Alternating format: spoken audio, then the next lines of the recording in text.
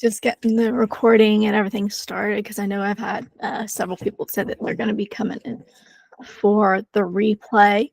So I'd like to welcome you all to the Fall Growth Workshop. Today I will be sharing with you my three-part system that is proven to help you get clarity in what's working in your marketing efforts so you can sustainably grow your business. We're going to focus on, making sure I'm letting everybody in here.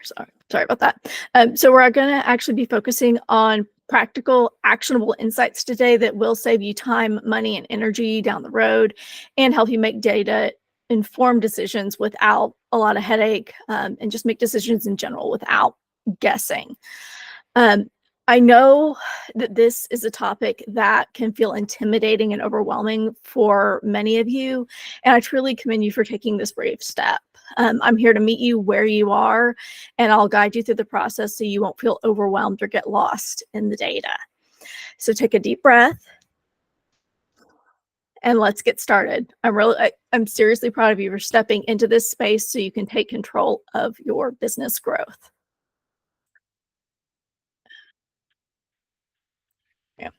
So a couple of housekeeping things.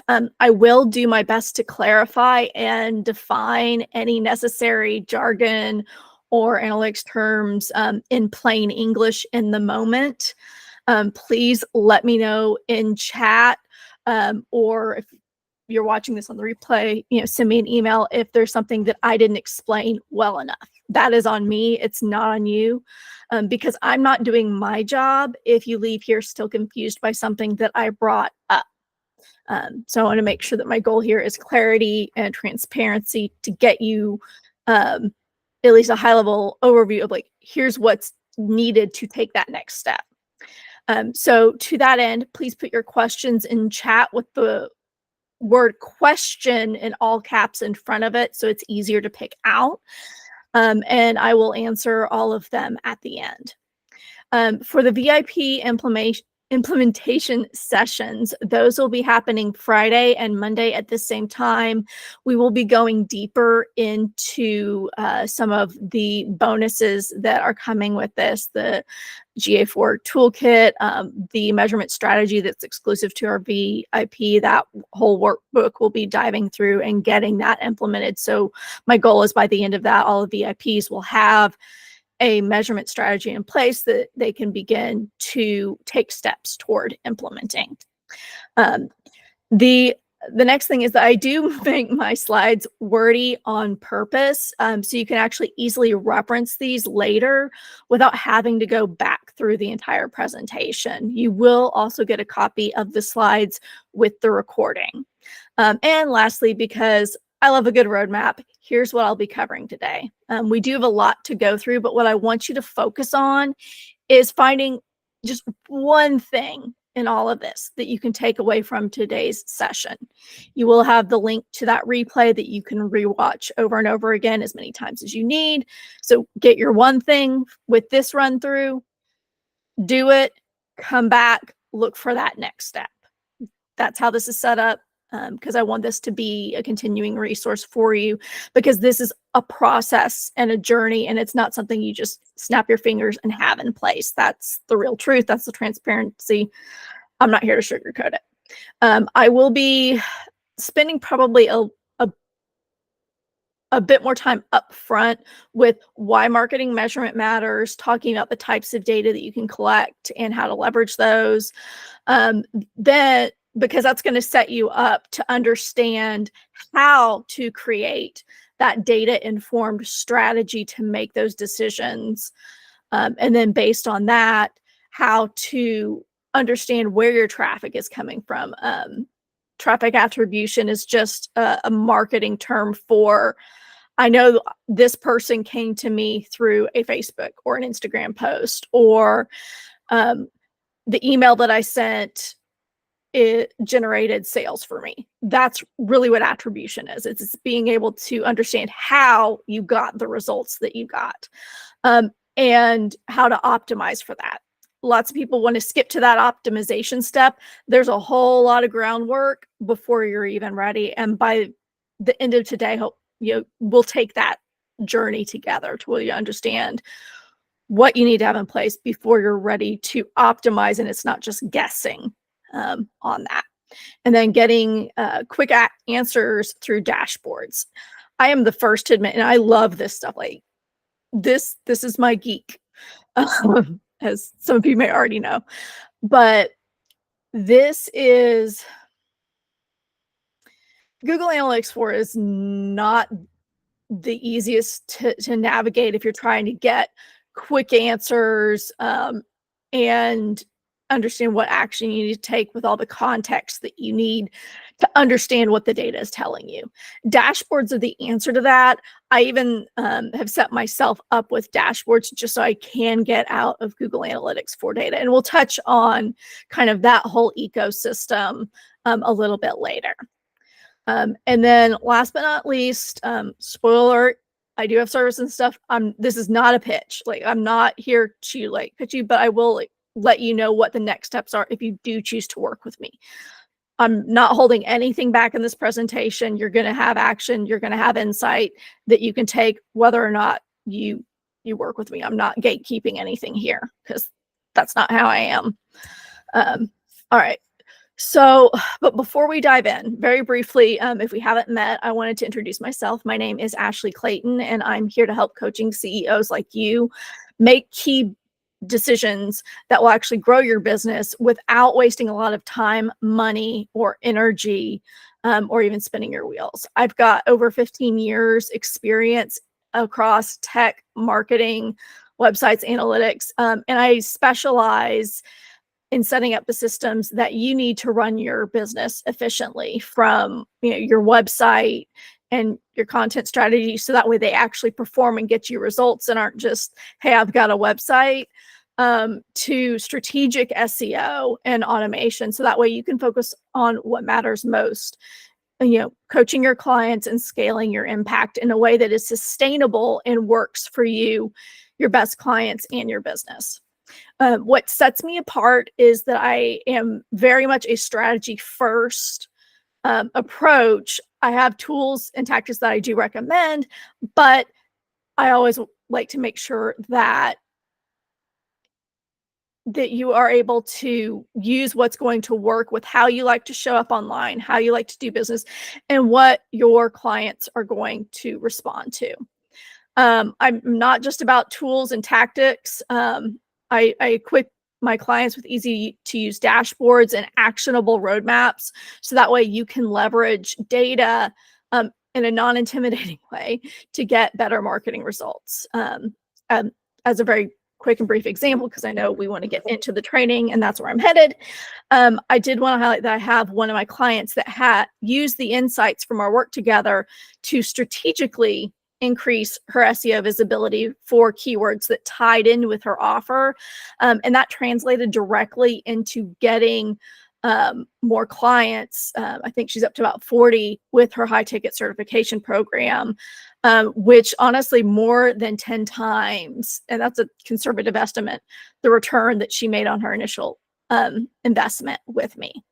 But again, enough about me. What you're here for is the training. So I want to go ahead and get started. I just wanted to let you know a little bit in how I've come and to build the system and understand that I have the knowledge and expertise behind it. So I know what I'm talking about when I talk about marketing measurement. What I would like you to do is, for the people that are here live, type 1 in the chat if you don't have a system for measuring your marketing in place. Type 2 if maybe you install Google Analytics at some point but haven't really looked at it on a regular basis since. Or 3 if you have an idea of where your website's traffic is coming from and what your basic conversion rates are, just so I can kind of get a lay of the land on this. And for this, it doesn't matter where you are with any of these steps, because we all start somewhere. We all kind of start at the beginning. I want you to kind of keep in mind where you are, because it's in measuring the progress and the steps that we take that eventually get us to where we go. It's not running a sprint, this is a marathon, and measurement is no different. So let's look into why marketing measurement matters. Without data, you don't know what actions are taking you closer or further from your goals. You're just kind of sending things out there and hoping something sticks or you unlock the code. Um, I also do want to point out that I believe that data has a place at the table, but it's not at the head of the table. It should inform decisions, but not drive them. So it's a really good way for those of you that might prefer to do things more intuitively and follow your gut, um, to have kind of that checkpoint of, hey, I heard about this new tactic. I'm really excited about it. I want to go try it. Let's go try it out. And it could pan out, but then you at least have your baselines to know, yes, this tactic worked or no, it didn't. And so it makes it a lot easier to run your business. And there are certainly times and places where you can and should make decisions that run counter or against what the data is telling you. One example I like to give through my many years of doing website optimization testing is there's one that was a streaming platform client. And so I want you to think about anytime that you've tried to cancel a streaming service or a subscription and you have to go through 72 confirmation screens, they move the buttons on you. So you think you canceled, but you didn't. And so it's some of those are intentional decisions that were driven by data, but not necessarily data that's in the best interest of you as a client, or even potentially even being willing to be a returning client to the said platform. So in that case, data showed that putting all of that friction in place led to reduced cancellations, which is the metric of success that they were using, but it's not through ethical means. And so that's another place where, and one reason why I believe that data has a seat at the table, because as humans, we should ultimately be the decision makers in the business on that. All of this to say, data is going to be that tool that gets you off that content hamster wheel, or constantly chasing the shiny objects, hacks, or the different bizfluencer strategies that consistently overpromise and underdeliver on the results for you or your audience. Any disclaimers or things aside on that. What I want you to do is, if data freaks you out, I want to offer you a different perspective. You are probably more of a numbers person than you think. I did not go to school for data science or even computer science or any of that. I was an anthropology and linguistics major. I was going to study languages, go out and invent languages for Hollywood. That's what I was going to do. Career path took a different trajectory.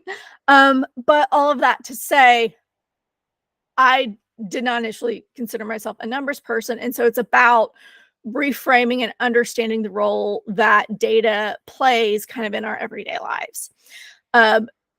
So if you think about marketing as a conversation, whether it's your social media posts, the sales pages with all the copy that you've done, or just generally your website content or videos that you put out, that is your half of the conversation with the audience. That is broadcasting out to the audience.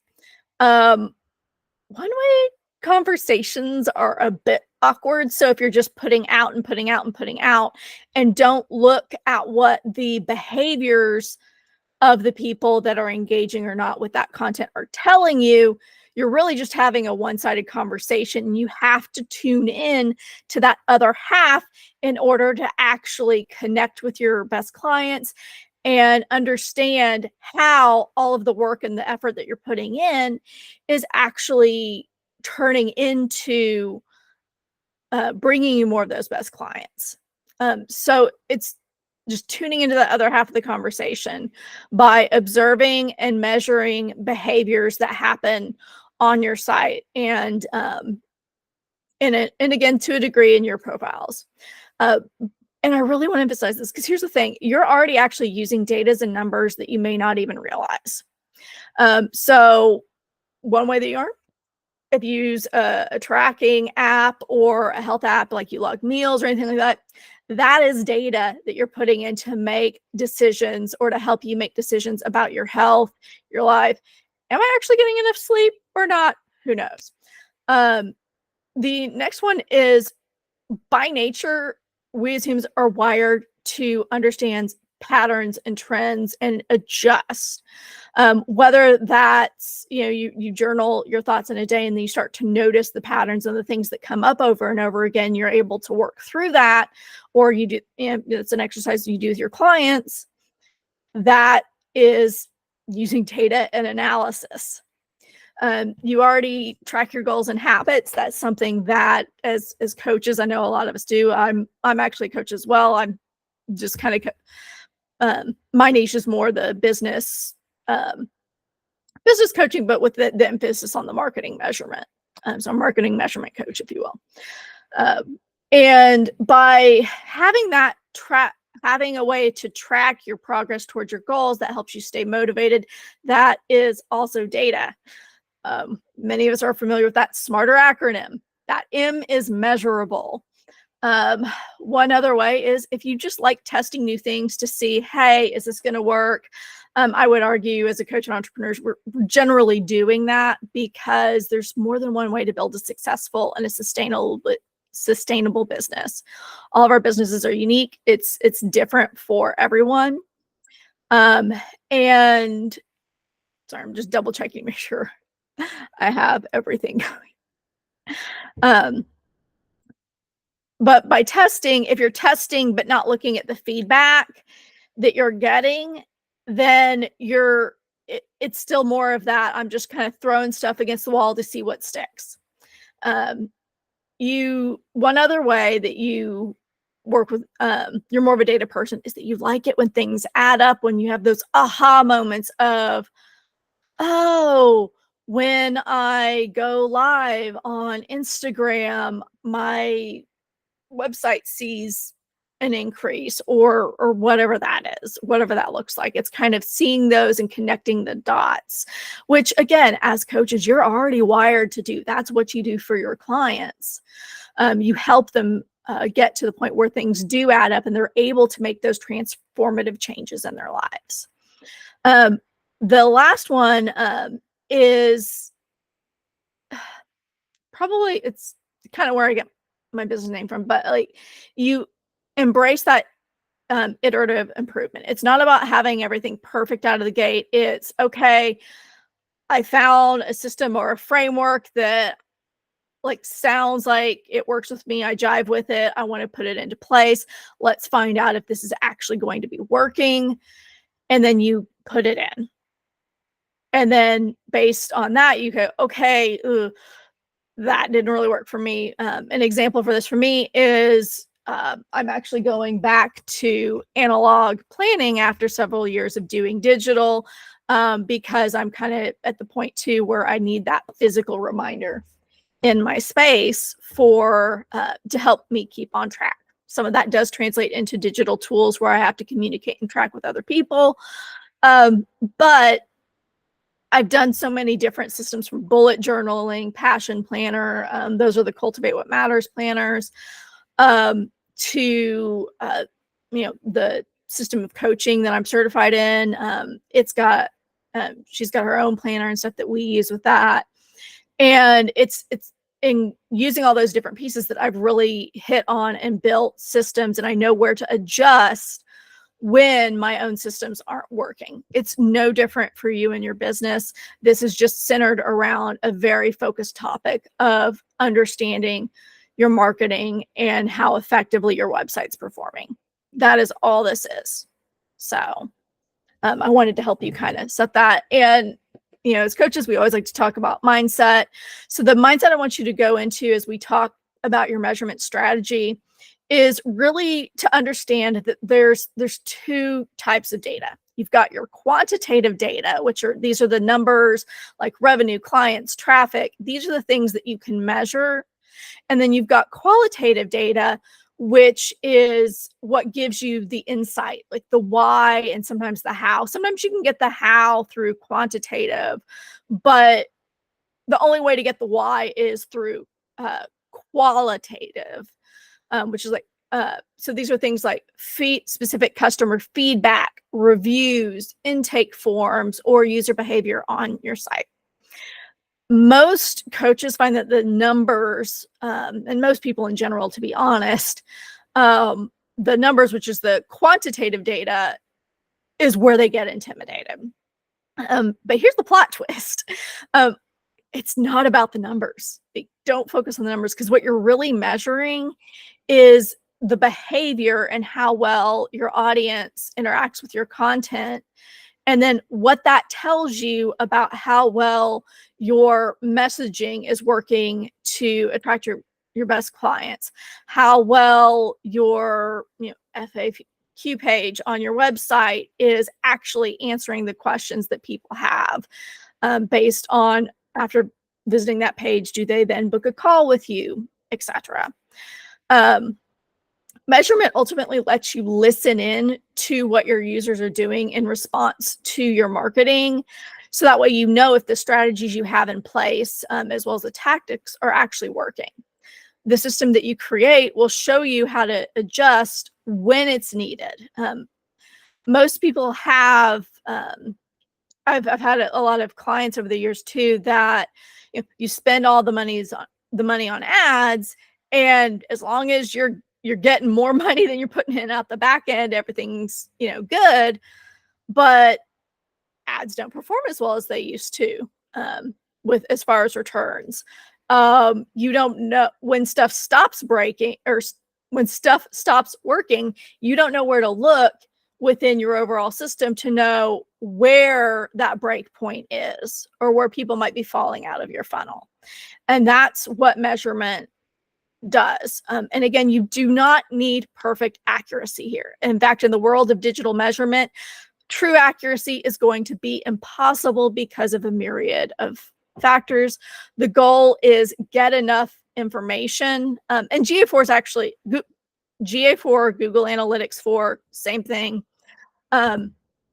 is actually built with more of the privacy and the reality of today's marketing world in mind. Marketers are working with less data than they previously had available. I personally think that that's actually a good thing, because marketers should not be able to track you across multiple sites. As a business owner, you have that right to, knowing how people are interacting when they're in your storefront, basically. But you don't get to go follow them out the door to go find out where they're hanging out elsewhere. That's just creepy. Sorry, a little bit of a side tangent here. But to kind of recap, it's all about the behaviors and what you can measure on your site, not the numbers, because it's what the behaviors in aggregate, so as a whole, are, that brings out what the trends and patterns are, because it's the trends and patterns are where you need to focus. And that's in kind of comparing how one marketing channel performs against another, because each has a different role to play in your ecosystem. Focusing on the quality, there's good data and there's bad data, there's actionable data, there's interesting data. I'll get into that a little bit more detail in one of the coming slides. But just because you can measure it doesn't mean you can take action on it. The marketing clarity system is all about getting you to what action you can take with where you are right now, today, based on the result that you're seeing in your dashboard or in Google Analytics or wherever. So to then get comfortable with guessing initially, because until you actually have data to back up and create your own unique benchmarks, you can use industry standards to give you an idea of where you fall. But ultimately, your goal should be to create your own standards for what is normal and typical for your business. This is why stealing strategies and chasing, other systems, even if like there are proven systems, but is it a proven system for you and your audience, or is it a proven system for people that are selling marketing to coaches?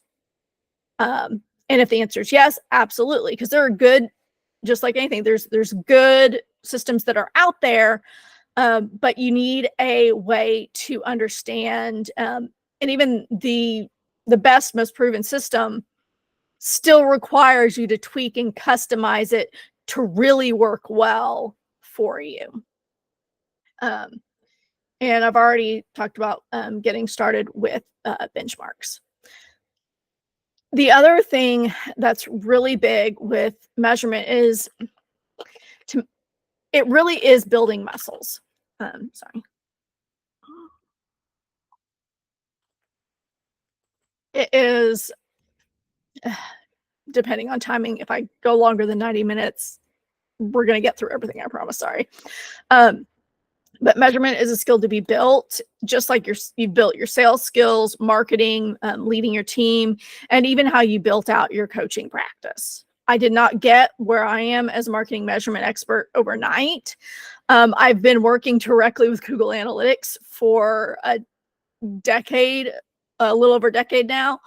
And I, as I mentioned before, this is where this is what I love. And yes, I realize I'm in love with what is effectively the diet and exercise part of running a business. I'm weird, but I embrace it.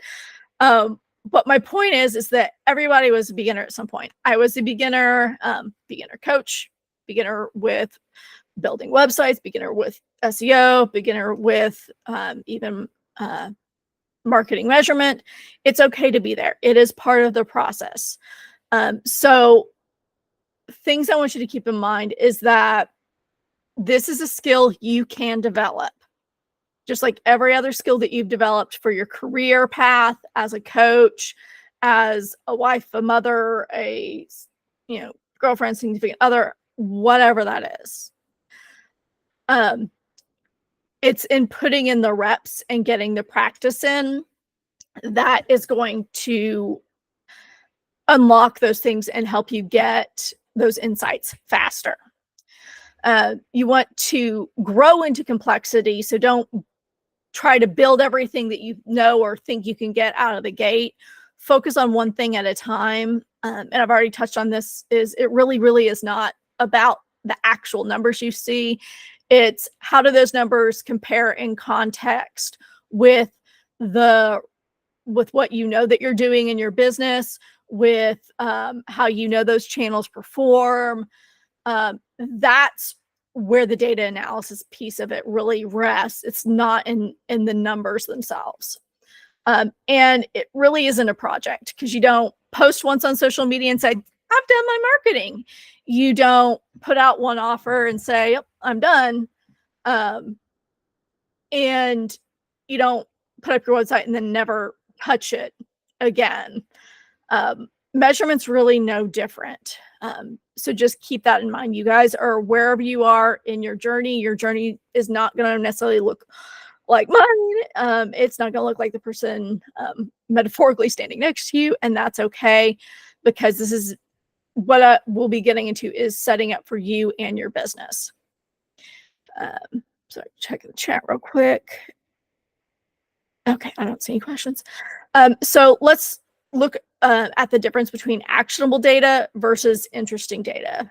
This is what I touched on earlier when I said, like, let's not look for data for data's sake. Actionable data is directly tied to your decision making.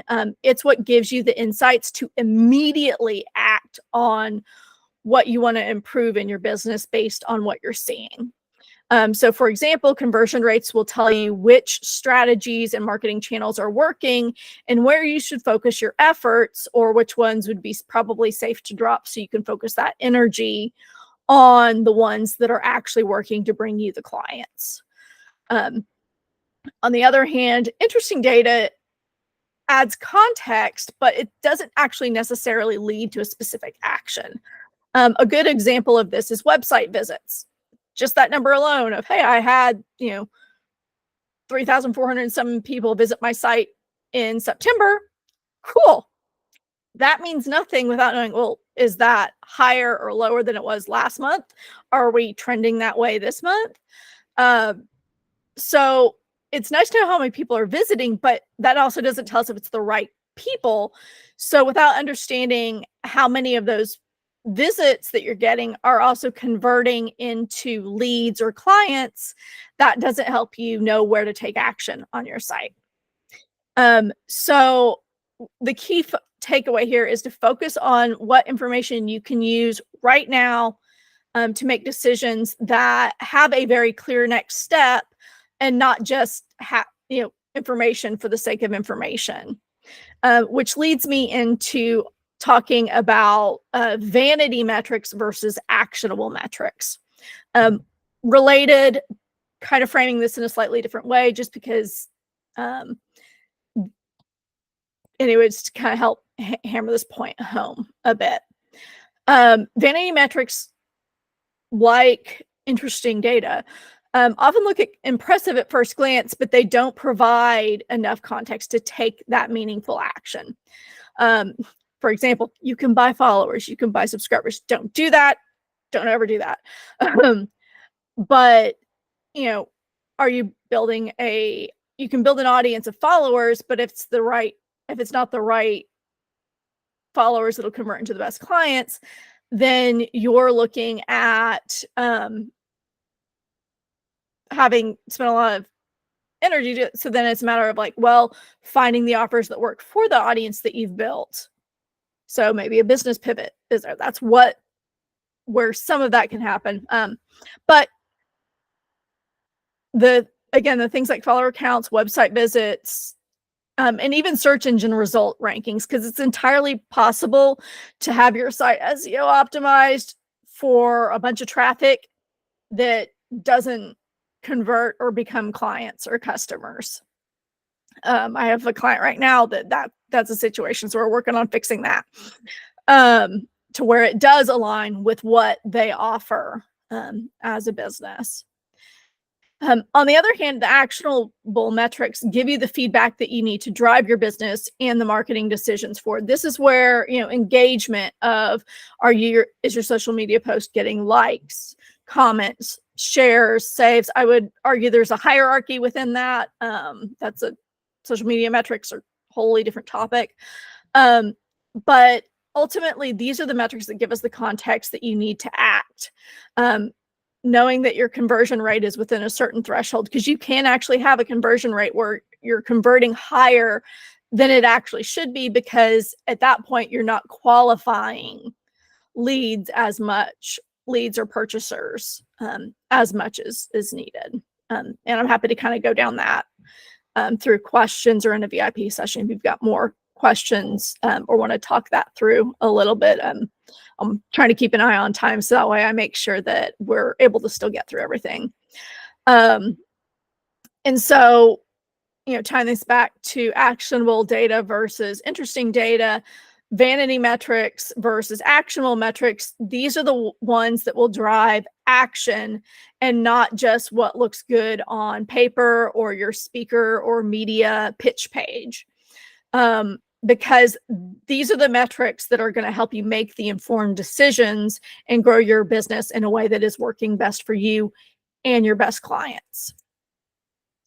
So the key takeaways for this long kind of tirade on data and where this fits in is that ultimately it's the trends, patterns, and the context of your number that matters most of all. Understanding the difference between vanity and interesting data versus what's actionable for you right now, not, oh, well, if I know this, I can take action on it, in a couple of months or next week. No, it's like, what is today? Focus on getting that, because that's where you can take data and it becomes valuable at the point that you're able to act on that data. Just like data for data's sake is not valuable, data without action is an expensive investment. I'm just gonna be frank about that. So that's why I'm really trying to hammer a point on actionable data, and just remembering that marketing is a conversation. Framing measurement is framing measurement is how that you're listening to that other half of the conversation, through looking for very specific user behaviors that can be measured through their interactions on your site, whether that's for journeys as a whole or on even individual steps that you have in your funnels for your business. So, speaking of creating that marketing measurement system that works for your business, this brings me to the first part of my marketing clarity system, creating a data-informed strategy. The reason why a lot of people struggle with making sense of what's working in their marketing largely comes down to three main problems. You either don't have a clear plan to measure what's needed in order to answer the questions that you have about getting to your business goals, or what's working, or even just knowing, okay, when I get my results, do I know what action I'm going to take?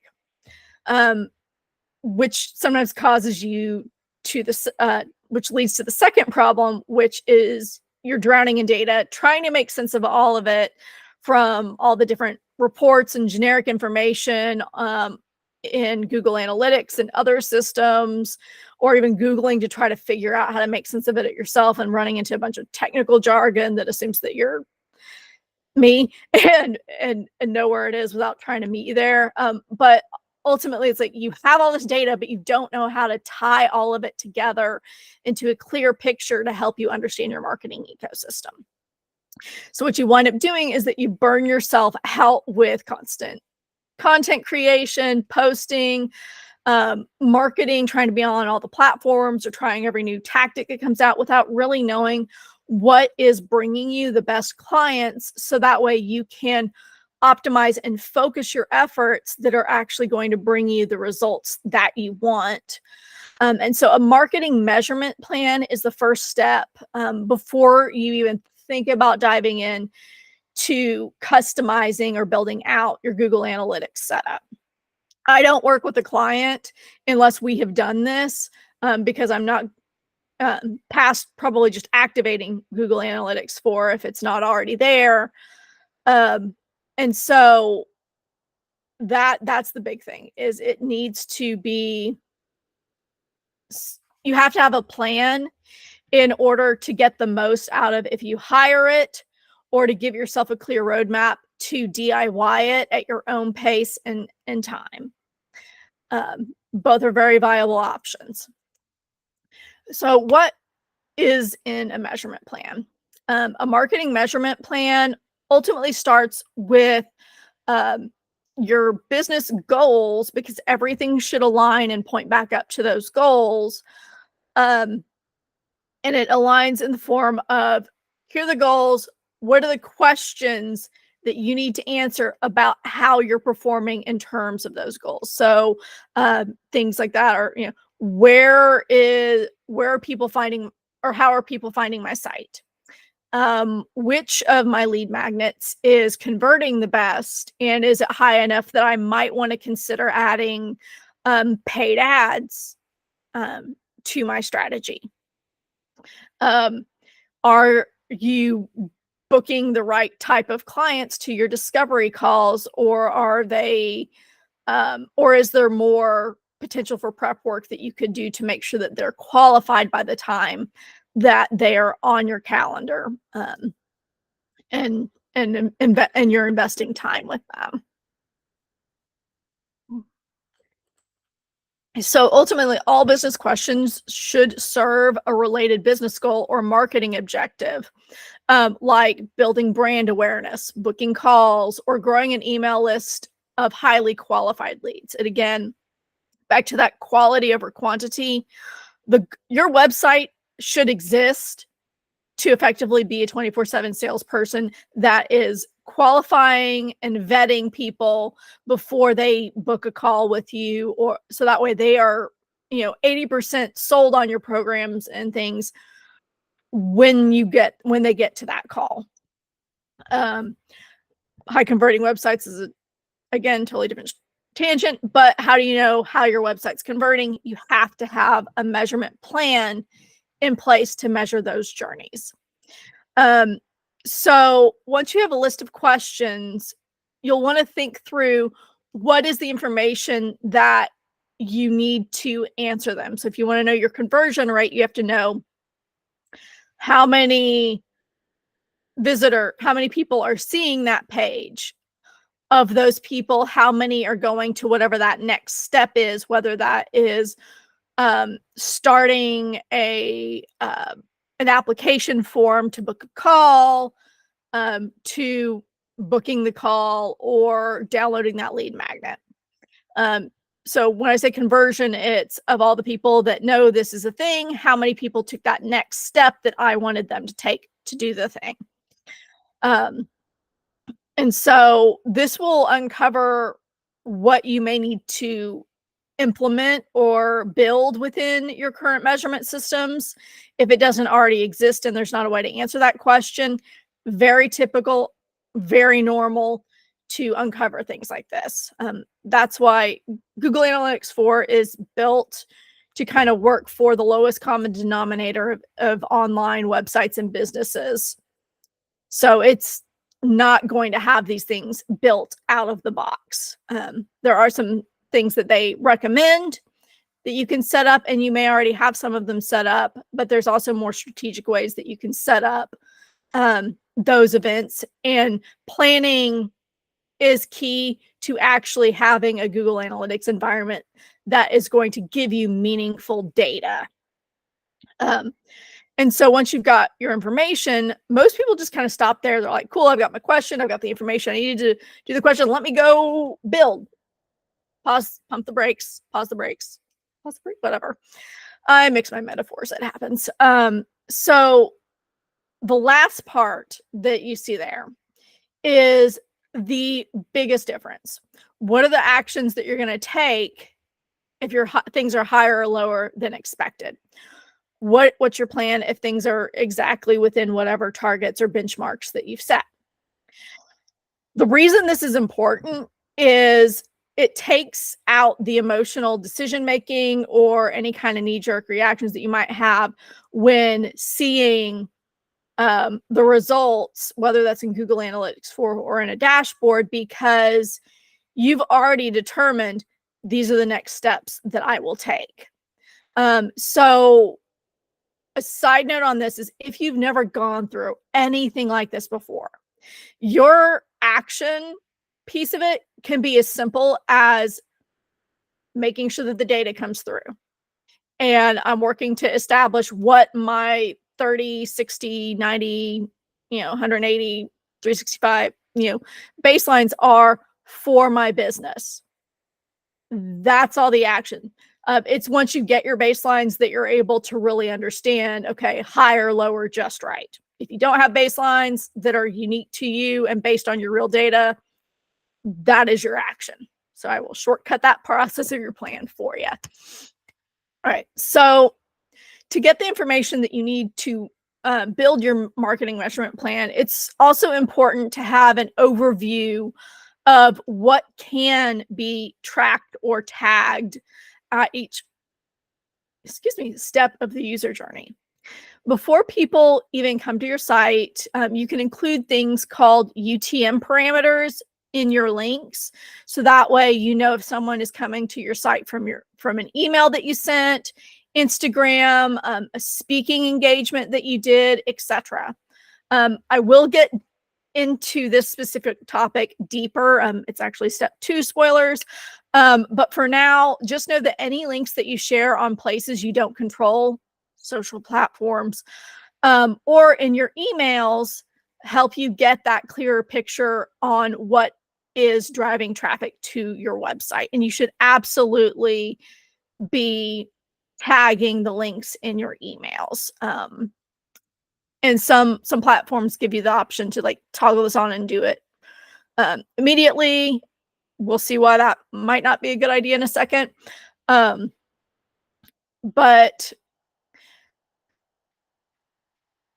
once you know kind of how people are finding your site, you need to know what is happening on your site. So the next part is setting up those custom events. And again, events equals measurable behaviors. So link those two in your mind. If you're in Google Analytics, you're going to see it as events. Events equals behaviors.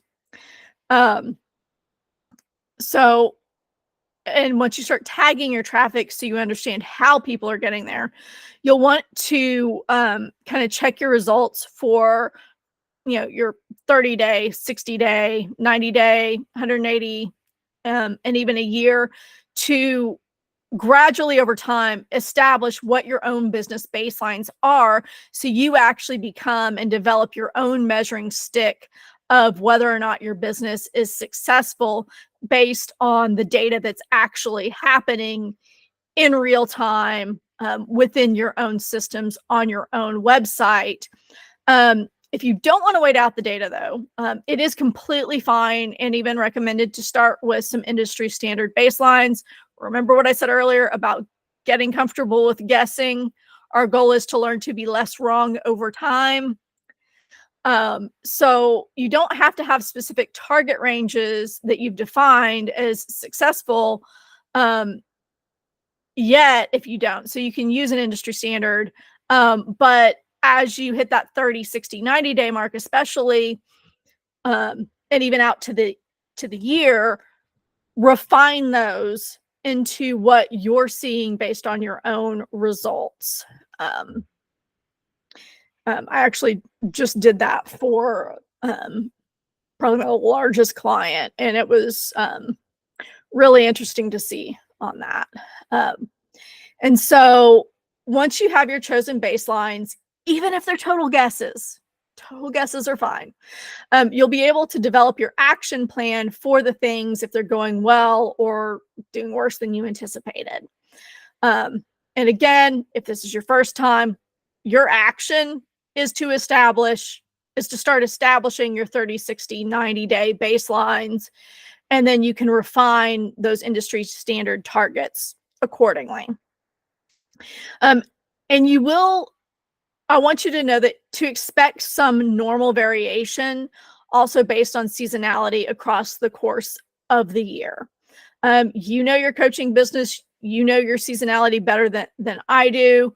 Make sure that what you would expect to see proves out in your data as you create your benchmarks. And so it's not out of the ordinary to have a benchmark based on 12-month results, based on Q1, Q2, Q3, Q4 results, and even down to monthly results. And unfortunately, the reality is like with anything that I do and what I help people implement, it's about sustainability, and there's not really a shortcut to advancing time to get the data that you need. So if you have some data right now, I want you to actually use what you have to get a good enough to get going benchmark, because that's actually going to be likely better for you than any industry standards. And if it's lower than what the industry standards are, you can use that information to look for ways to bring things up into industry standards for that. So, brief summary here. Measurement plan involves the three main, measurement plan solves and therefore involves the three main problems by giving you a clear plan so you can set your data up in a way to help you understand the story behind what's happening in your marketing efforts. That way you can uncover what's working and align where you put your effort, time, and energy, so that way things are working more effectively together. I also really want to point out here that you don't have to measure all of the things at once. Remember the one thing I mentioned at the start: pick one journey, even if that's just a basic brand awareness journey. Perfect way to get started.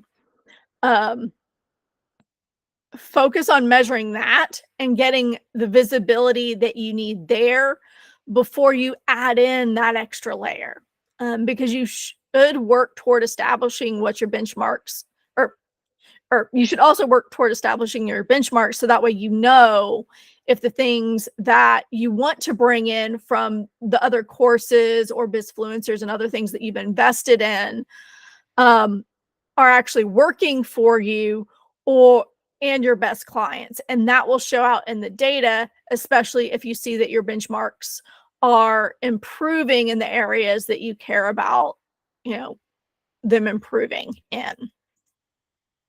Um, so I already talked a little bit about UTMs. This is the part where we're going to go deep, because part of setting up your data well to tell the story is ultimately how you organize your campaign attribution.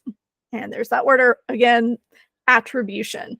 I consider this a jargon term, even though many don't. It really is simply how you know which links or posts that you shared did their job by bringing you quality traffic to your site.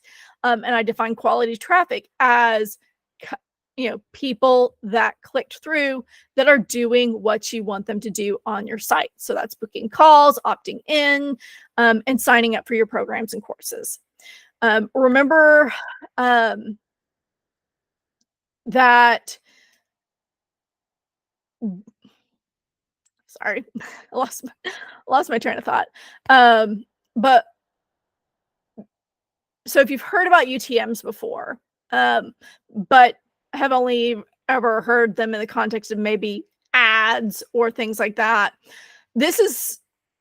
that's where they started to a degree, but you're missing out if you're not using them to their full potential. And so that's what we're going to go into in this next section. Like anything, you have to have a strategy and a system in place to keep things consistent. UTMs and consistency is a big hand in hand, because it's required in order to understand your user's half of the marketing conversation, and how traffic is coming through. I will start by saying that there are more parameters out there. Did I? Wait a second. Okay, no, I just hadn't gotten there yet. Sorry. So real briefly, you're like, UTM parameters. I promised I would define terms that are jargon, and this is one that cannot be avoided. UTM stands for Urchin Tracking Module, which I know clears all of that up, right? Urchin was the name of the original web analytics platform that Google Analytics actually bought out way back in the day when they were developing, the very first version of Google Analytics, so GA1. We are now on GA4 for reference, but it's something that has come through.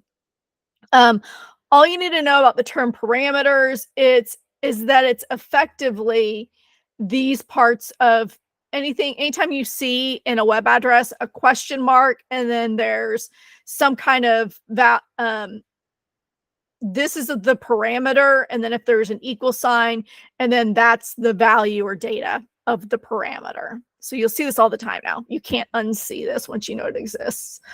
But there are very specific parameters that have to be used in very specific ways. Google has documentation on that. I chose not to link it here because, one, you can Google it and find it very easy. But two, I don't think that documentation really, it's really aimed toward people running Google Ads, as opposed to here's a good strategic way to approach this. So ultimately, there's three main ones that Google Analytics will pick up out of the box. Any of the extra special ones or the extras, you have to do some customization to your setup to get those in. And so that's possible. So the first one is UTM campaign. When I'm talking about campaign, this really is kind of in the context of what is being promoted, or what the goal is. So as an example, brand awareness is a marketing goal, but so whenever I'm sharing things like YouTube videos that direct back to my site, or actually putting out YouTube videos, the link that is on that directs specifically to my website has brand awareness as the UTM campaign.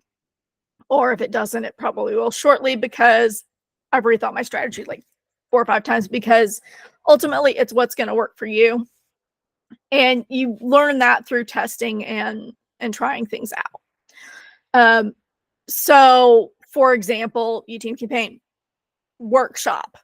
Any link that I had that had to do with promoting this workshop was growth workshop. I think you'll see it because I've got it on the next page, where this will make a little bit more sense because you can see it in actual context. Again, data without context doesn't mean a lot.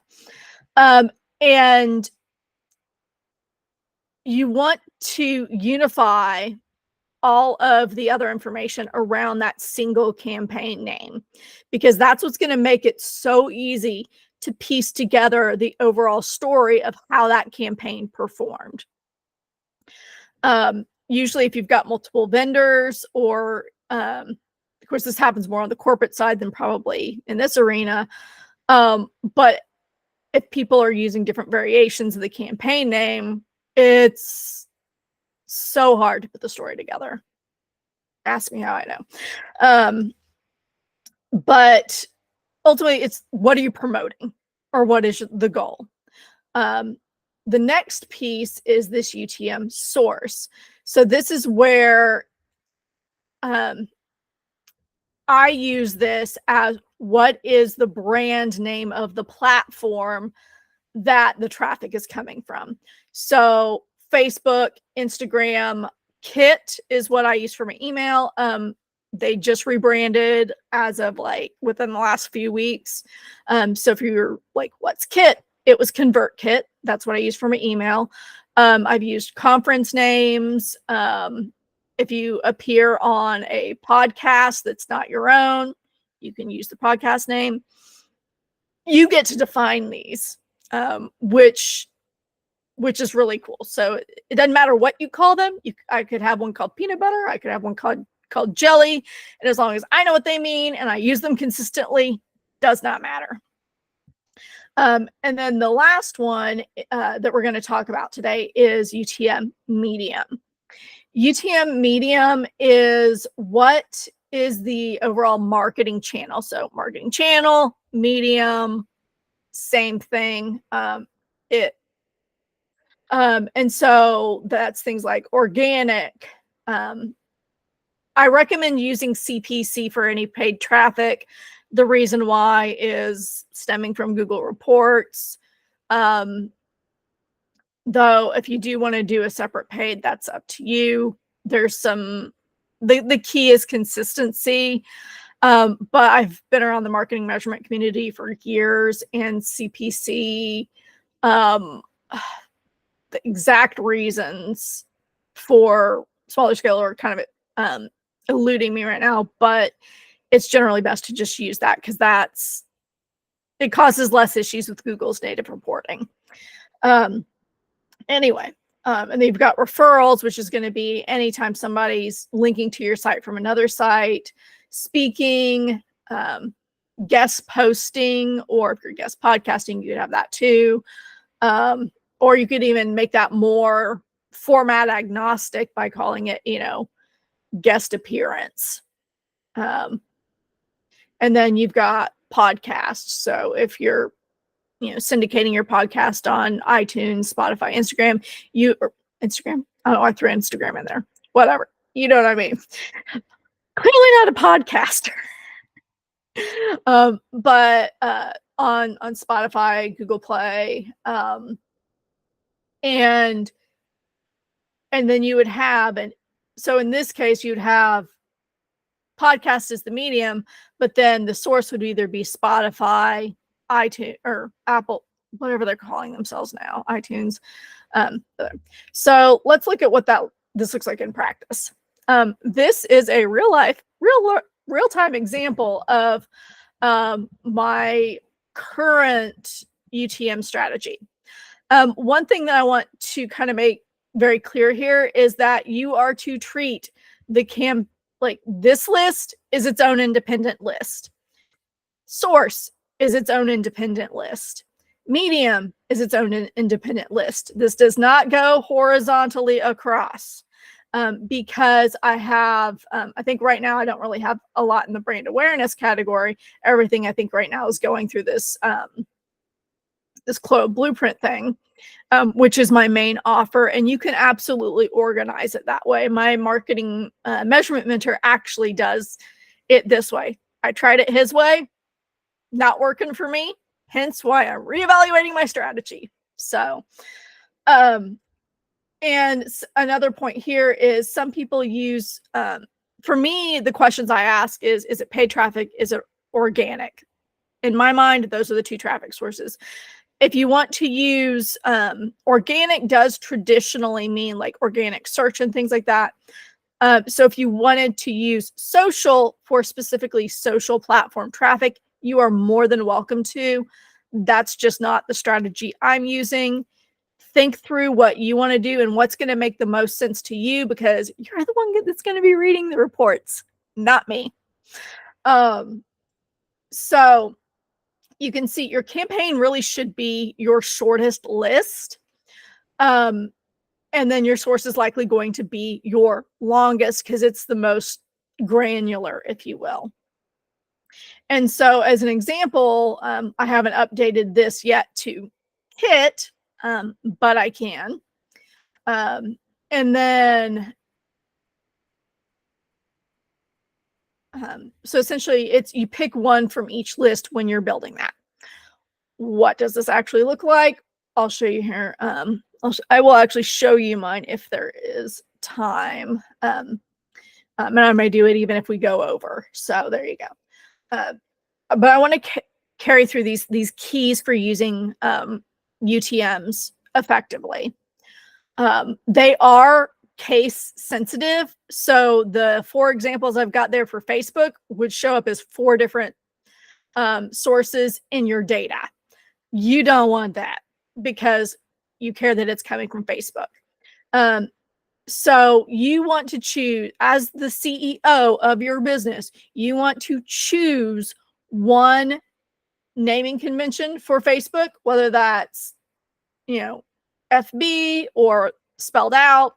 That is your business, your choice. There's not a right or wrong way or right or wrong decision there. The decision is to make the decision and then carry and then stick with it. And also insist that any, if you pay somebody to run your ads for you, or you have a VA that does it, that they are following the standards that you set for your measurement. And if they push back, they better make a good case for it. It's not the end of the world. Stuff can be cleaned up in the dashboard. It's just extra customization, and it's better to have the data come through as cleanly as possible without a lot of massage work on the back end. So to spare you a decision, make a decision to just make everything lowercase from the start. This is pretty much an industry standard, and you're actually going to save yourself a lot of time and headaches because you're not having to remember of like, oh, well, do we capitalize this or this? If you're spelling out YouTube, is the Y and the T capitalized, or is it just that? Just make it lowercase. Shortcut a lot of questions out of the gate. The next point is, do not use spaces. So if I'm doing brand awareness, it's not brand space awareness, as you probably notice on the slide, and in the other, it's brand dash awareness. Because depending on the browser, those spaces could show up differently. And different data showing up means it's fractured on the back end, which we don't want. So again, industry standard is to use dashes instead of spaces. Underscores are also an option, but not the standard. There's a time and place for those that is a bit more of a complex scenario. And since I want to keep this focused on like, this is good enough to get going, and we're focusing on the basics, happy to dive into that with VIP if you guys want to. And then I also recommend using dashes instead of just running the words together, because it's going to be easier to read and work with later, is the other reason for that. So my very last tip, though, is to use a tool to actually help you keep all of this straight, especially, again, if you work with a team, a VA, or somebody else that manages your links and ads.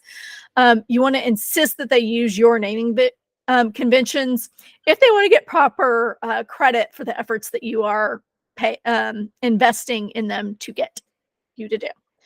I personally use a tool called UTM.io, and I absolutely love it for a lot of reasons with that. Oh, okay. Okay. So that is, and I'll show you real quick with this. So this is the tool that I use. And what it lets me do is, you can see I don't have anything here for brand awareness currently.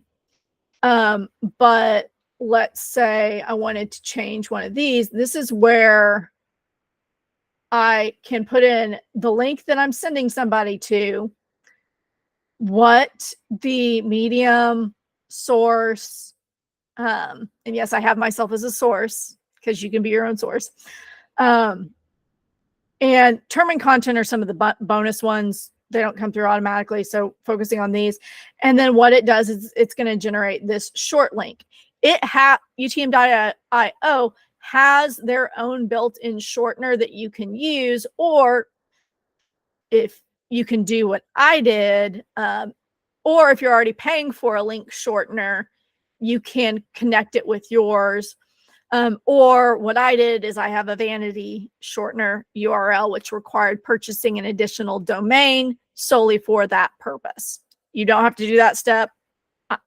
I can be extra like that sometimes, but you can use their link shortener out of the gate, no problem. The other thing I like about this is I can post this link wherever I want, and it's not as long as this. I can also customize this backend if I wanted to. And I have in a couple of instances. But that short link only works for that source medium campaign combination. But what I like is and I've had to do this a couple of times. Oh, here's a good example. Why is this going to an HTTP? Let me edit this, because that should be going to a different, that should be going to my secured link. So by updating this link, that was a happy accident, by the way, I can update whatever the destination is that I want it to go, update and copy. And now this is probably on like my Threads profile or something, if I were to venture a guess, but I don't have to go back to Threads and update that link, because this is the link that's present. And by updating the destination, I could send this to my LinkedIn profile. I could send this anywhere I wanted to. I don't have to go back and find that link. So, for things that, I've had 22 people click this link. If I wanted to change it to a different place, very easily I can make that change. And I have had to do that a couple of times, or mass update. But you can see, like, this helps me organize it by campaign. If I wanted to update it by source, as an example,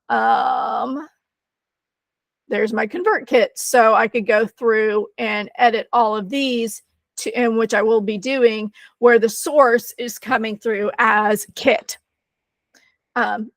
Again, a reason why I like this. You can also do the same thing through a spreadsheet and use formulas and macros to kind of append all of this extra stuff on the end. But I find using the shortened link works well. This is also recommended because sometimes meta ads will strip out these extra parameters and replace it with their own, which is always fun. I will be running over, but that's okay. We're getting there, because I know I still have one more to show you, but I think hopefully all of this is useful with that. So last tip was use a tool.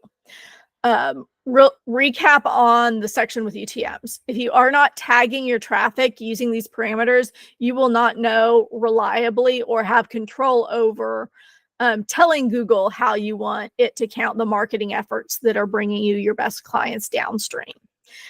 UTMs give context to the data, the traffic data. Consistency and sticking to the naming conventions that you set up is key to being successful with being able to tie your marketing efforts, the traffic it brings you, to the dollars in your business. And different channels will perform differently, and that is to be expected. But if you don't tag your traffic, you can actually sort out which platforms and channels are bringing you the most qualified people, or depending on where they are in the journey, leveraging them effectively in your launch and rollout campaigns. So and again, highly recommend using UTM.io to make it easy on yourself and then any team members that join you, whether you have them now or in the future. Because you can set one piece I didn't set up is you can actually set up templates for certain things. So I know I've got about 20 minutes left on the regular clock. Again, we will go over. Everything will be included in the recording. And so if you need to drop, I understand. Want to be respectful of your time. We have ultimately talked a lot about what kinds of data we need and how to tag the traffic that's coming to your site so that you know which marketing channels and platforms do the best at getting you the results. But again, as I mentioned at the beginning, Google Analytics itself can be hard to sort through to get the answers you need quickly. And sometimes you actually have to go through several different reports, remember the information, and piece it together to get it.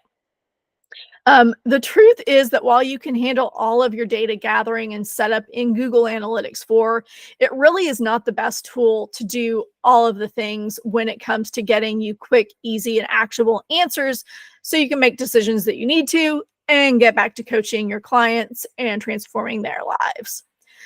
So I'm going to take a very brief moment to step back once more and kind of explain more about what I mean with all of the data workflow side of things.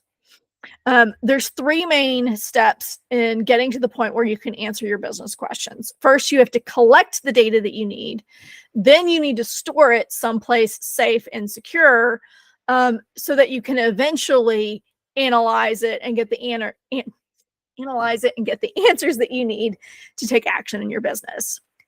Google Analytics 4 can handle all three of these, and is a great entry point into collecting and working with data, but it's really not the best tool for each of these jobs. Google Tag Manager gives you more control over the behaviors you measure and also allows you to send those behaviors into systems other than just GA4. And that includes sending it back to, if you're running ads, Meta Ads, Google Ads, depending, I'm trying to think to other cases. Those are the primary ones, is sending it back into ad platforms. But there's other use cases as well, like implementing a heat map tracking tool on strategic parts of your site. And so what I recommend is Google Tag Manager is actually the better tool to use for that collection step. And that's how I implement Google Analytics for my clients. And it is what lets you send it over. Essentially the behavior happens and you can send it to Google Analytics 4, Meta, Pinterest, Google Ads, if you have those, whatever. And so they all get the same information at the same time, rather than having to have a bunch of different scripts on your site all trying to grab and collect data on the behavior of your site. So you can streamline things with that one script, which is wonderful. Where GA4 really shines is with that storage, especially when you pair it alongside another Google product called BigQuery to use as a backup. At some point, you may encounter the paid threshold for BigQuery. Everything else that I've talked about up to this point has been a free service. So keeping that in mind. BigQuery, really, it's when you are querying your data set, which don't worry about that at this stage. Use it as a backup. It's there if you need it. And it's for most of you, you're never going to hit that paid threshold. Usually it's if you have massive sites, like one of my clients, does, but then they also have a separate team that goes in and does and actually uses that tool. So we've oh, hang on a second. Where's my mouse? Oh, there we go. Sorry, just had a notice on that one. All right. So we've talked about collection storage. Now the tool for analysis, the tool that's best for that is, again, another Google product, is called Looker Studio. And it is a tool that I love because even though I live and I know how to work and communicate in spreadsheets and tables, humans really are not built to really work well with tableized data. That's probably why you may have found it intimidating. It's your brain wants visuals to get clue in and get the quick answers. That's what Looker Studio does, is it helps you build customized dashboards, and specifically within this 3-part system, ones that are built around answering the business questions that you have. And the other added bonus is you can pull in data from multiple sources, like if you Google Sheets,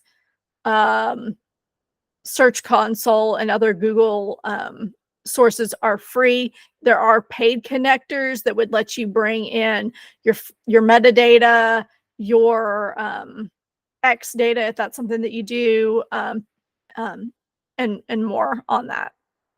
Or LinkedIn, I think, would probably be the other big one for this audience. Sorry, I lost track of my mouse. All right.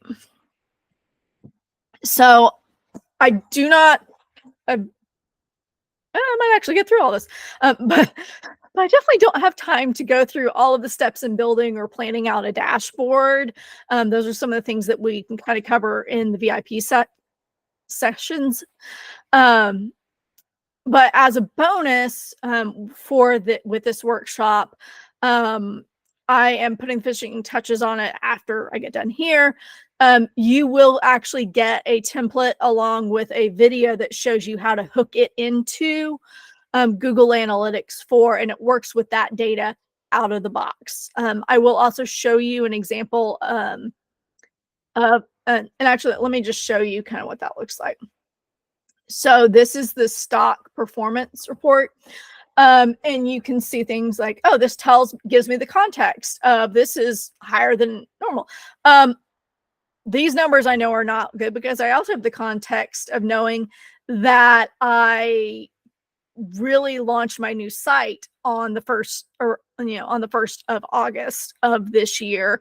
And there wasn't a whole lot of data in the handful of July days that came through, which is why I'm seeing crazy number here. Versus if it was a month-to-month comparison or a week-to-week comparison, that number would be much more realistically believable. Context matters.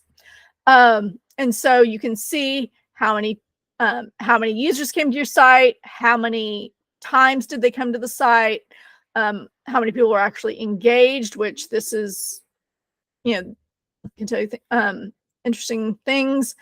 And then this is where it takes all of these, this is where the UTMs show up. And I'm actually going to add in one more to this, especially since now that you know about how to use Campaign, Source, and Medium to get it information. You can see what pages on your site were visited the most, which ones had the most engagement.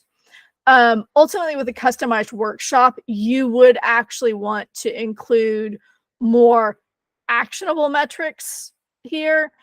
This one has to be as generic as possible because this is working with stock and what's coming through Google Analytics 4 on its own. These three things down here, I do not have the purchase event set up on my site currently, mainly because I don't have a storefront on the site. I get that information in other ways currently. Ultimately, I will have a storefront on my site where you can do that. And so leads and purchases are events that you have to set up and define for Google because they're not going to know that an email opt-in constitutes as a lead for you.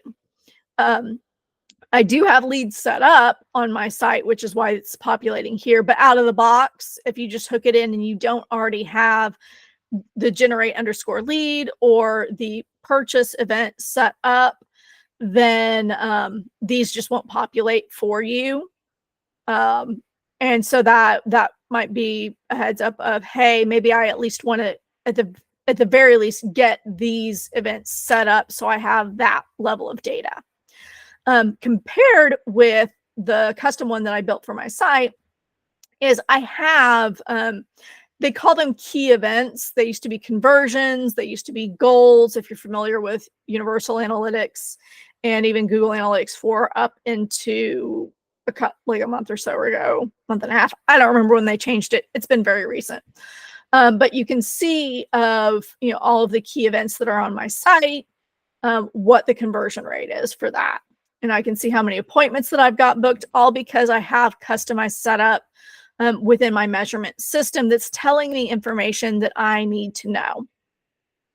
And then this is where, traffic by campaign, most people are coming to my site either directly. I'm not filtering myself out of that. So there's a good chance I'm part of those visits because I haven't started really doing a lot to drive traffic to my site in all transparency.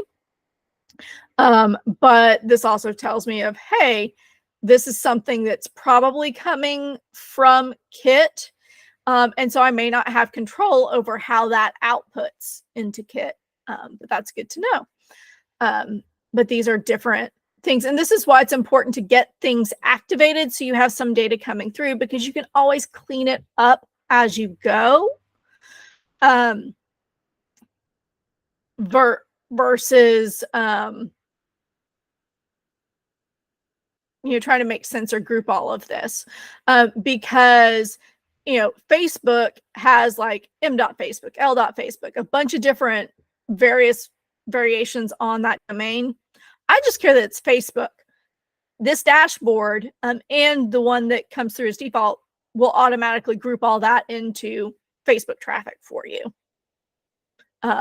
So for the social profiles, I have that set up to be clean. That's already coming through clean. But I also have this section because I do have leads set up. I know, wow, this is, if this Chloe blueprint was not currently driving, considering I don't have brand awareness and some other things going through, then, this is what I expect to see for where my leads are coming from. Oh, coming from referral sources and different things with that. But knowing that, most of my leads are coming from directory, I might explore directories as part of my growth strategy, or reach out to the owners of those directories to see if there's other ways that we might collab. Because I know one of them definitely has a podcast. So reaching out to maybe pitch doing a guest spot on that podcast would be an effective use of that. So that's how you can leverage as you start to get these pieces. And so I know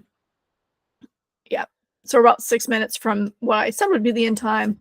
But I want to make sure that I'm giving you as much to take with you as you can.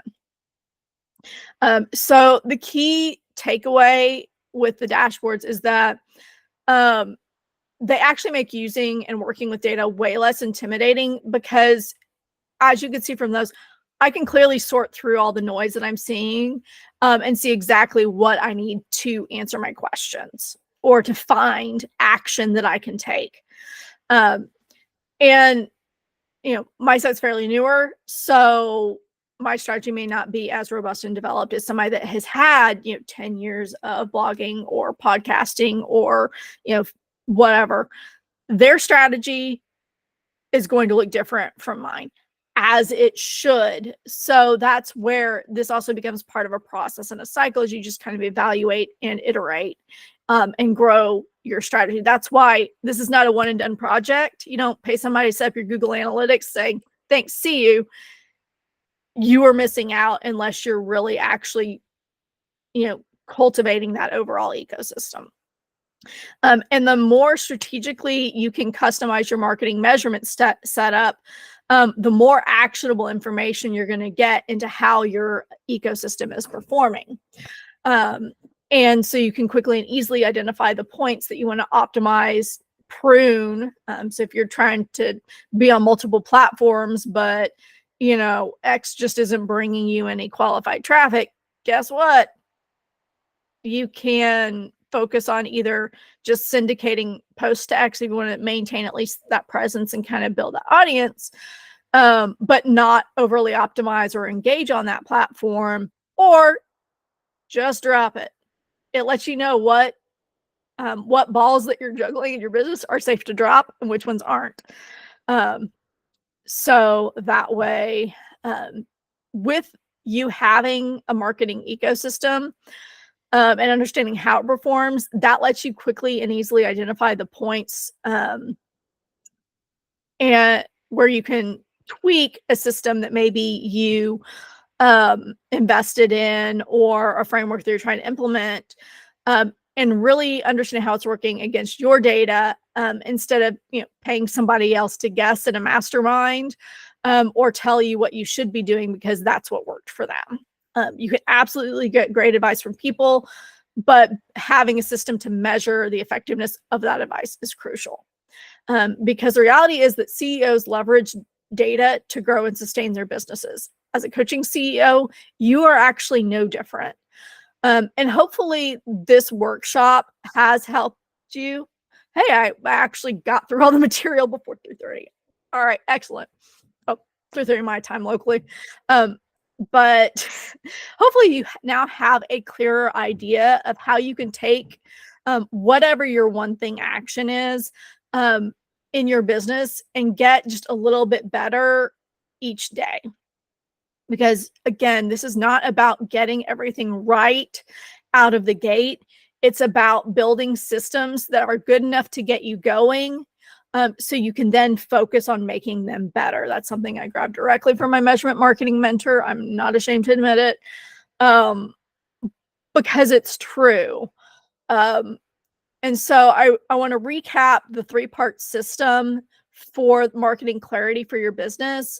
And then I will cover some possible next steps, to help you take action on what you learned in the workshop today. Here are the 3 things that you need to have in place to take the guesswork out of your marketing and lead generation. You need to start with building your marketing measurement plan. So that way you have a roadmap to guide you through customizing your Google Analytics 4, whether that's something you choose to do yourself, which is entirely possible. There's a lot of really great material and tutorials out there. Or if you would rather just hire this out because even thinking about trying to do all of this gives you hives, you just want to provide the direction or work with somebody to help you create your own strategy, or to develop the strategy for you and you just sign off on it, all valid paths. But you need to understand how the process works. The second piece is having a consistent strategy and system for using UTM tags for the links that you share off of your website, so that you do not use, I forgot to mention that, don't use UTMs to track links that are on your website. It's only for anything that is not happening on your website at your domain. There are strategies for that. That's a topic for a different day, or bring it up in the VIP sessions if you want to know. So I really need to quit interrupting myself, so I apologize. Because you need to know, ultimately UTMs let you know where your traffic is coming from. And when I say traffic, it's marketing is what you do to bring traffic to your site, to your offers, to your opt-ins. And understanding how that traffic is furthering that goal tells you what sources and channels you can leverage to get you the results that you want consistently and repeatably. The final piece is having a customized dashboard that aligns with getting you clear and quick answers to your business goals, so you know what the next actions are to take based on the numbers that you see there. Dashboards make understanding data easy because you're not having to sort through rows and tables of data from across different places to get the information that you need to act. So if you have no real data on your website, or you don't have a measurement marketing system in place, or even maybe if you just activated the old Google Analytics and it stopped working, very real scenario, because Universal went away as of July 1st this year, like all of the data for everybody, regardless if you paid for that platform or not. Nobody here ever needs to pay for Google Analytics, for the record. You have to have a pretty robust setup to need to use the paid version, because it's not cheap. But all that to say is the point is for you, if you don't have a marketing measurement system in place, is to get data coming through and build a habit of getting comfortable navigating within Google Analytics for what you're seeing to find the answers to how people are finding your site and how engaged they are depending on what channel brought them to your site. This will be different because each channel, sorry, I was losing track of my mouth. This will be different because each channel plays a unique role in nurturing your best client into paying customers. Your goal is to understand these roles and start to build your measurement plan around the questions that you still have, and start using that data to inform how you plan your launches, what platforms you start focusing on, etc. And so for this acquisition report piece, I am going to show you where to find that. This is my real life Google Analytics. You'll come into reports, life cycle. It might be collapsed down. Acquisition, which means how did we acquire the traffic? And then traffic acquisition. This is essentially, traffic acquisition is a different way of saying visits. Versus users is, where did people first find you from? So focus on traffic acquisition. That's the one I use a lot. That's most. And then you can see that Google has, where you can kind of change up and confirm these. But this is essentially the default groups of how they group the mediums together. If you see unassigned, that just means you probably have some custom ones. Again, topic for another time, but let's look at my session medium, because that's going to give me a better thing. So what you'll want to do is see, excuse me, none is going to be, they went directly to your domain. Google doesn't have any other way of saying where they came from, as an example. Speaking, groups, directory, all of that is what was showing us my unassigned channel group, because those are custom and not ones that Google expects to see out of the gate. But I can see of, okay, obviously my test traffic, which I know is me, of course that's going to be higher engaged, so I can ignore that. But my next highest is going to be speaking, so that may mean that I want to pursue more speaking engagements, because I am seeing, higher engagement times. I am seeing that I didn't have any of my key events come through, but that's okay.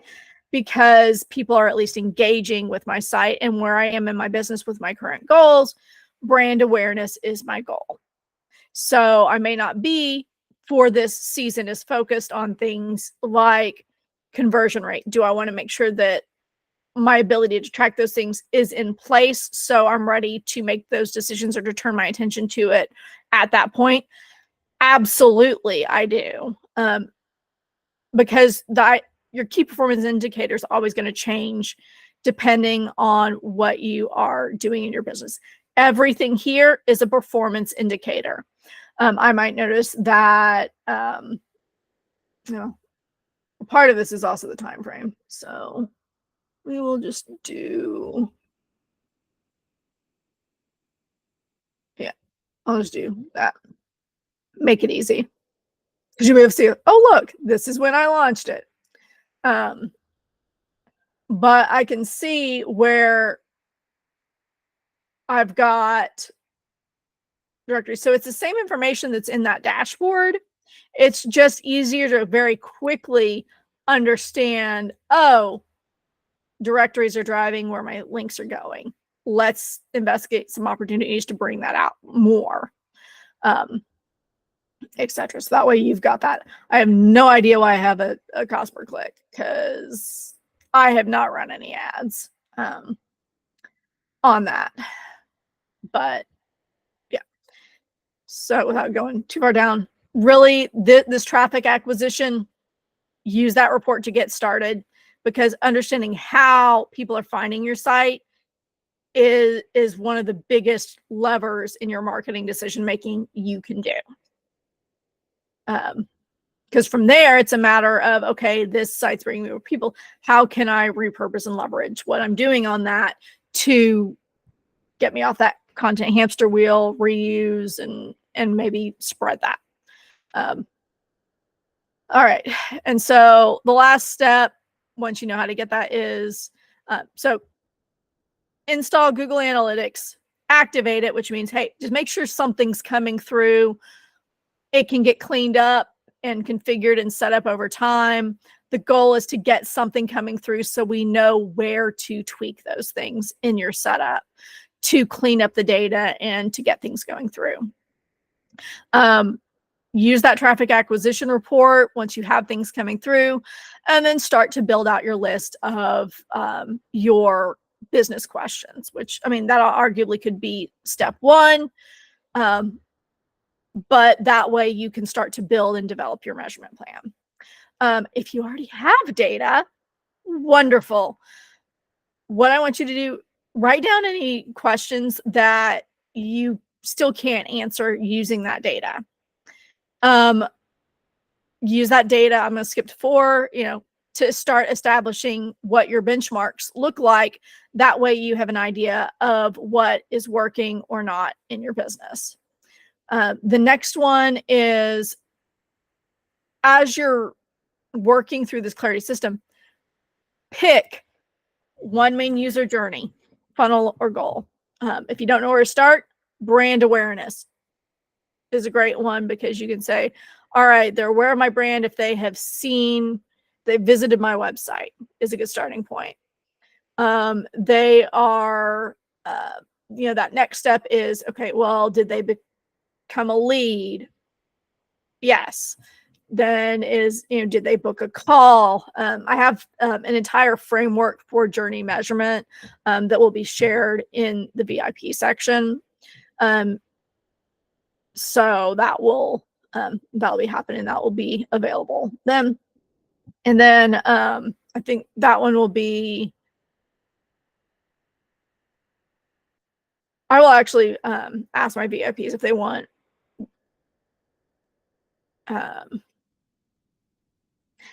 we will do that one. We'll do that one Friday, because I think that's important, because that's a core part of your measurement plan and setting that up.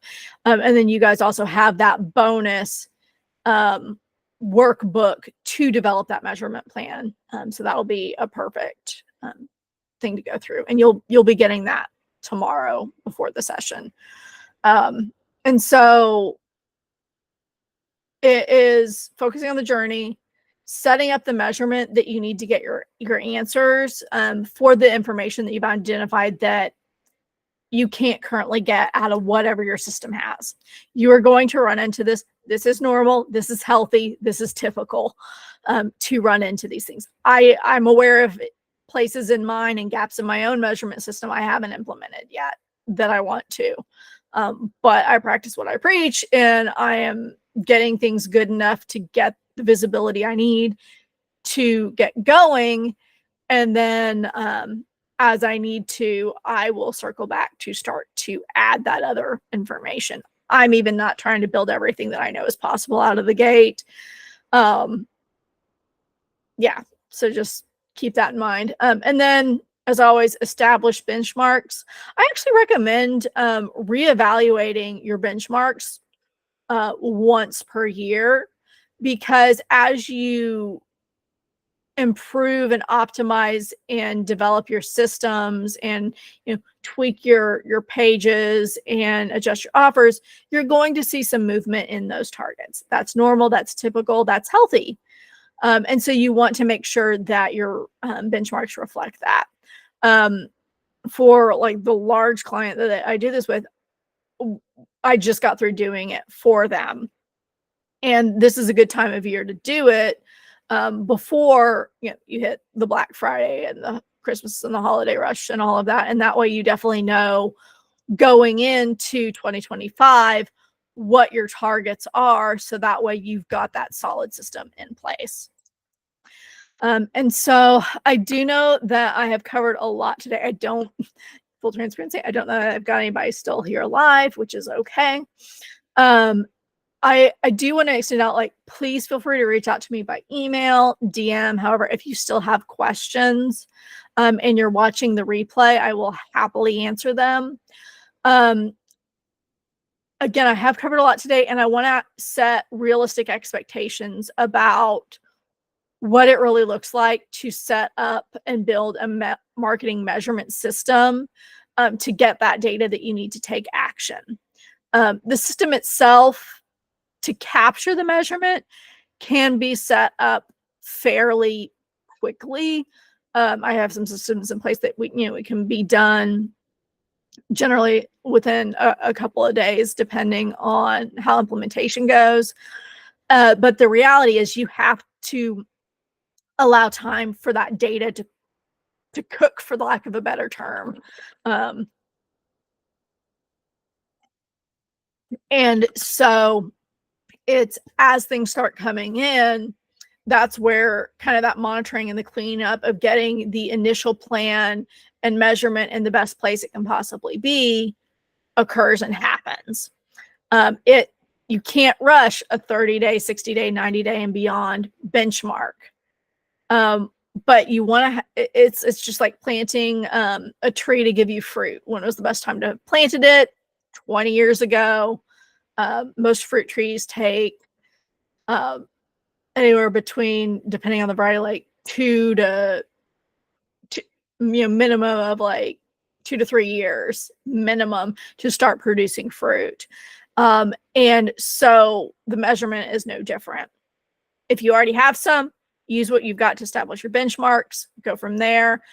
But the biggest thing, though, for this is that you really don't have to do this alone. There's a reason why I did this workshop, because I feel this is so important, because measurement and all that fancy the stuff is not something that should just be accessible to corporate level businesses and media companies and all of this to be able to use. It's something that you can have your own version of this that works and is on the small scale. I've set things up for myself, and you saw I don't have a lot of traffic currently coming to the site that I have built, all the way up to corporately. I have I work with and have worked for clients that their average monthly users that see them are upwards of 900,000. And so much more big and complex measurement systems. This same approach, because it is systematic, works. whether it's small, medium, or large. The key is it's because it's strategy based, not tools based. And by starting there and centering it around your business questions, that's how you're going to get what you want answered. But again, you don't have to do it alone. And I'm here to help. If you want to work with me, I can get you much further faster. Whether that's I have options to coach you through this process where you're doing the work and I'm there to kind of answer questions and help you get things set up, or and essentially be that expert to come alongside you as you DIY. DIY is also an option, or if you'd rather actually hire out the full soup to nuts entire process from strategy development to the implementation, I'm happy to do that and have that as an option as well. That level of package is actually what you see on my site. So if you want to, if you're curious about what that starts at, there's a level where I just kind of audit so you can see where you're at. That is at 2000. That does also include all of the SEO side of things that I haven't talked about or brought up. Which I will say that if you are looking to invest or thinking about investing in SEO for 2025, get your measurement system in place, because otherwise you're not going to have a way of reliably attributing specific keywords or whatever those efforts look like. You can get some of it, but if my approach to SEO is it's not just about getting traffic to your site, it's about getting the right traffic. So if you have a bunch of organic traffic that's coming, but if you look just at the performance of that organic traffic in terms of lead generation and client and revenue, if those things don't really add up or pan out, then you're probably ranking for the wrong keywords, in all honesty. Which is why this, I don't touch an SEO. I don't take on an SEO client without doing SEO audit, Google Analytics audit, because I want to make sure that they've got the pieces in place to have measurable success for the SEO efforts that they are investing in. Because, I mean, to be frank, I take what I do very seriously, and because I am strategy focused, I want people to use their resources as best they can. Stewardship is one of my biggest core values. So again, regardless of whether or not you choose to work with me, you can scan the code below or visit the link below. If you don't want to scan the QR code, it will take you to my free business assessment booking page. So you can decide, so you and I can have a call to decide what your best path is forward. Regardless of whether or not you choose to work with me now or on that call, I do hope that you found this workshop valuable on its own. I want to thank you all for attending. I want to thank you all for those watching the replay. Please let me know if you have questions. And if you're in VIP, I look forward to seeing you at the same bat time and same bat channel tomorrow, which I believe is 3 Eastern, 12 Pacific. That one will just run for I have it slated for an hour. So, and we'll cover the some event strategy for Google Analytics. All right. Have a great day. And I will get this out to everyone as soon as possible. Thank you.